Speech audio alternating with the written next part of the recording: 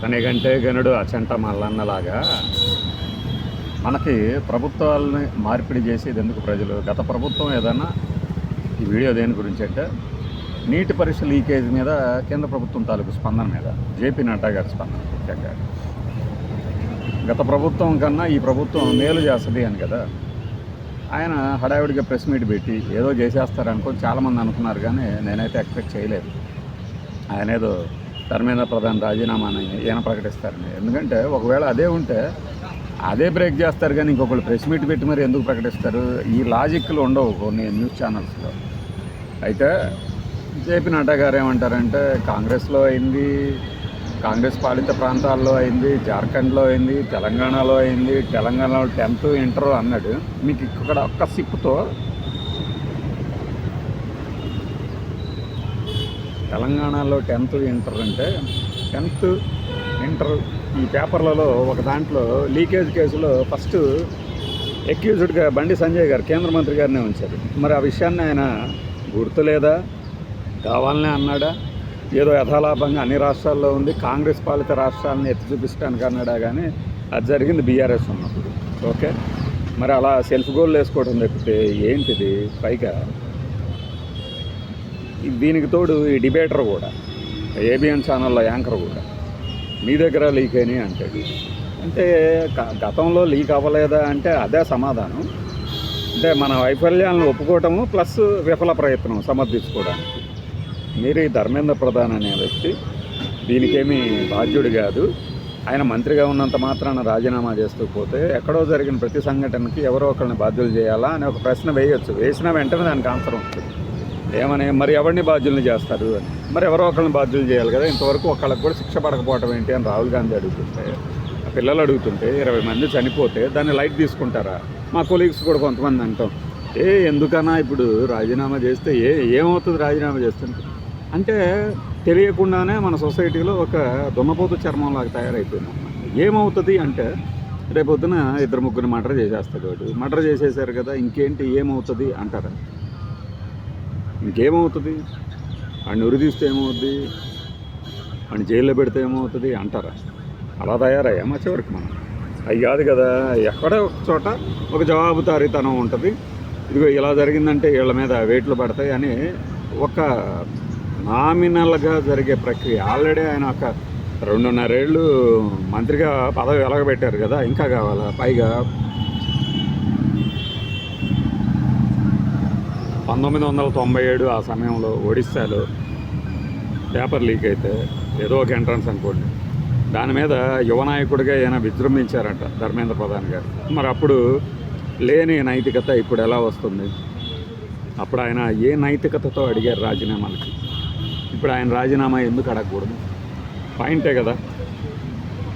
ఆయన 15 నిమిషాలు అంటే మొత్తం 15 నిమిషాలు ఉంది, అందులో 11 నిమిషాలు ఉంది ప్రెస్ మీట్ ఆయన మాట్లాడింది జేపీ నడ్డా గారు. ఆయనకు ముందు జితేంద్ర సింగ్ గారు మొన్న మాట్లాడారు, నిన్న జేపీ నడ్డా, ఇవాళ కిరణ్ రిజిజు, రేపు ఇంకొక ఆయన. వీళ్ళందరూ మాట్లాడితే ఏంటి ఎవరికి తెలియదు? విద్యార్థుల సమస్యని రాజకీయాలకు వాడుకోకూడదు. ఓకే, 2012-13 ఏం చేశారు మరి బీజేపీ వాళ్ళు? జనలోక్పాల్ కోసం ఆందోళన అంటూ అన్నా హజారాని ముందు పెట్టి ఏం చేశారు? ప్రభుత్వాన్ని కూల్చారుగా. అది రాజకీయం కాదా? వచ్చిందా ఇప్పుడు జనలోక్పాల్? అత్యాచారాలు జరగకుండా పోయాయా? ఇప్పుడు ఒక చట్టమే వచ్చింది కదా, ఫాస్ట్ ట్రాక్లో వేసేయాలి అత్యాచార నిందితులకని. జరుగుతున్నాయా? పోక్సో కేసుల్లో కూడా పైగా వీళ్ళకి మంత్రులు ఉన్నటువంటి వీళ్ళ పుత్రరత్నాలే పోక్సో కేసులో అరెస్ట్ అయ్యి 50 రోజుల్లో బెయిల్ కూడా తెచ్చుకుంటున్నారు కదా. అంటే జవాబుదారీతనం లేకపోతే ఇలానే ఉంటుంది. అందువలన ఎవరో ఒకళ్ళు దానికి రెస్పాన్సిబిలిటీ తీసుకోవాలి కదా. మేము కఠినంగా శిక్షిస్తామంటే ఆ కఠినంగా మీరు శిక్షించింది ఏంటో బయట పెట్టండి. సభలో చర్చించడానికి రెడీగా ఉన్నామంటే సభలో విపక్షాన్ని సస్పెండ్ చేయండి. చేసేసి మిగిలిన సభ్యులందరూ ఒక ప్రకటన చేయండి. నీట్ ఎక్కడ లీక్ అయింది, మళ్ళీ అది కూడా చెప్తారు, ఊరక చెప్పరు. ఎక్కడ లీక్ అయింది, ఎవరు చేశారు, ఇవన్నీ పెట్టేసి ఏమేమి శిక్షలు వేసాం, ఏమేమి దర్యాప్తులు చేపిస్తున్నాం ఇవన్నీ కూడా చెప్పండి. కాంగ్రెస్ వాళ్ళు 152 సార్లు పేపర్ లీక్ అయిందని రాహుల్ గాంధీ గారు ప్రెస్ మీట్ పెట్టగానే మీ హయాంలో అవ్వలేదా అంటే ఎక్కడికి పోతున్నాం మనం?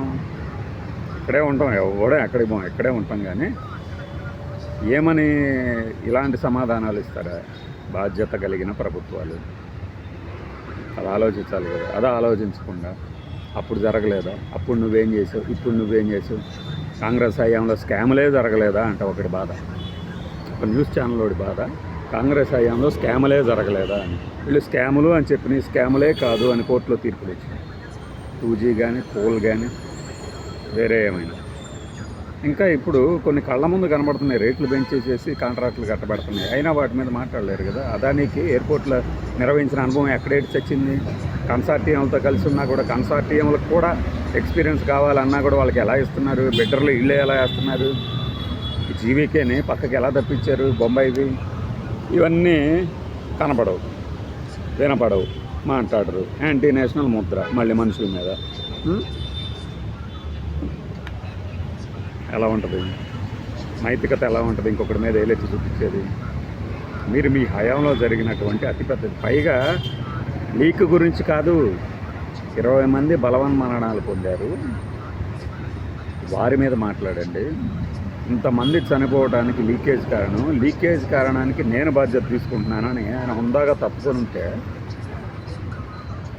అనేవాళ్ళందరూ ఎస్ నువ్వేంటి ఎందుకు చేయాలి, నువ్వు కాదు కదా చేసింది తప్పు అని చెప్పి మిగతా వాళ్ళు కూడా సర్ది చెప్పేవాళ్ళు. అసలు ఆ ప్రయత్నమే చేయకుండా, కనీసం ఆ డ్రామా కూడా లేకుండా, పోనీ మేము అసలు అంటే డ్రామాలకు పోయేవాళ్ళది కాదు బీజేపీ, చాలా చక్కగా ఉంటుంది ఎన్డీఏ అంటారా. GST 2.0లో ఎంతమందికి తగ్గించారు రేట్లు, ఏం తగ్గించారు, ఆ డ్రామా కాదన్నారు. ఏమేం తగ్గినాయి చూపించండి. వారికి ముందే పోయిన ఏడాది అక్టోబర్లో కదా హడావిడి చేసింది, వారు వచ్చిన ఫిబ్రవరిలో కదా, ఈ మధ్యలో రేట్లు ఎందుకు తగ్గలేదు అంటే డ్రామానికి ఏమంటారు మరి. మళ్ళీ వీటన్నింటిని పక్కదారి పెట్టి అబ్బో అక్కడేదో ఉగ్రదాడి కుట్ర భగ్నం చేసాం, అయ్యో ఇక్కడేదో చేసాం అంటే వెంటనే చూసారా దేశం ఇలా క్లిష్ట పరిస్థితుల్లో ఉంటే మీరు ఇలా ఆందోళన చేయడం కరెక్టేనా అని. ఈ సెంటిమెంట్ ఆయింట్మెంట్ అనేది ప్రతిసారి వర్కౌట్ అవ్వదు కదా, ఇష్యూల నుంచి పారిపోవడానికి కుదరదు కదా. పార్లమెంట్లో మీరు చర్చించడానికి రెడీ అంటే ఏంటి చర్చించేది, ముందు ఆయన సస్పెండ్ చేయండి అంటున్నారు, మంత్రివర్గం నుంచి సస్పెండ్ చేయండి అంటున్నారు. సస్పెండ్ చేసి రివోక్ చేయండి, మళ్ళీ ఆయన పాత్ర లేదు అని చెప్పేసి. అట్లా ఉండదా, ఒకసారి మంత్రివర్గం నుంచి తీసేస్తే మళ్ళీ తీసుకోవడం ఉండదా, తీసుకోకూడదా, రూల్స్ ఏమైనా ఉన్నాయా. ఇంత నీట్గా కళ్ళ ముందు కనబడుతుంటే, అలా ఒక పదం వాడు, నీట్గా కళ్ళ ముందు కనబడుతుంటే నేను అది చేయను ఇదే చేస్తాను, నువ్వు అడిగావు కాబట్టి నేను చేస్తే నేను తగ్గినట్టు ఉంటుంది అంటే, ఉమెన్ రిజర్వేషన్ బిల్లు విషయంలో మాట్లాడారు కదా, అరే ఆ క్రెడిట్ మీరే తీసుకోండి నాకు వద్దు అని. మీ క్రెడిట్ మీరు ఇవ్వాల్సిన క్రెడిట్ ఇవ్వండి, లేని క్రెడిట్లు ఎందుకు ఇస్తున్నారు కదా క్రెడిట్లు. జవహర్లాల్ నెహ్రూ గారికి, ఇందిరాగాంధీ గారికి, మహాత్మా గాంధీ గారికి, అందరికీ అప్పట్లో గొప్పవాళ్ళు అనుకున్న వాళ్ళందరికీ ఇప్పుడు బీజేపీ వాళ్ళు ఇస్తున్న క్రెడిట్ చూస్తున్నాం కదా. ఈ లీకేజ్ గురించి ఒక బాధ్యత కేంద్రం నుంచి ఆశిస్తున్నారు. వీళ్ళందరికీ ఎవరికి వ్యక్తిగతంగా ఎవరి మీద ద్వేషాలు లేవు. 20 మంది చనిపోయారు, దాని మీద ఏమన్నా ఉందా, తీవ్రంగా రోధించామా, రోధిస్తే సరిపోద్దా అనకండి, దాని గురించి ఏదైనా మాట్లాడి ఉంటే సరిపోద్ది. అందుకే ఈ కంఠశోష అన్నమాట. మీ హయాంలో లేవా ఏంటి, మీ అభిప్రాయం ఏంటో చెప్పండి.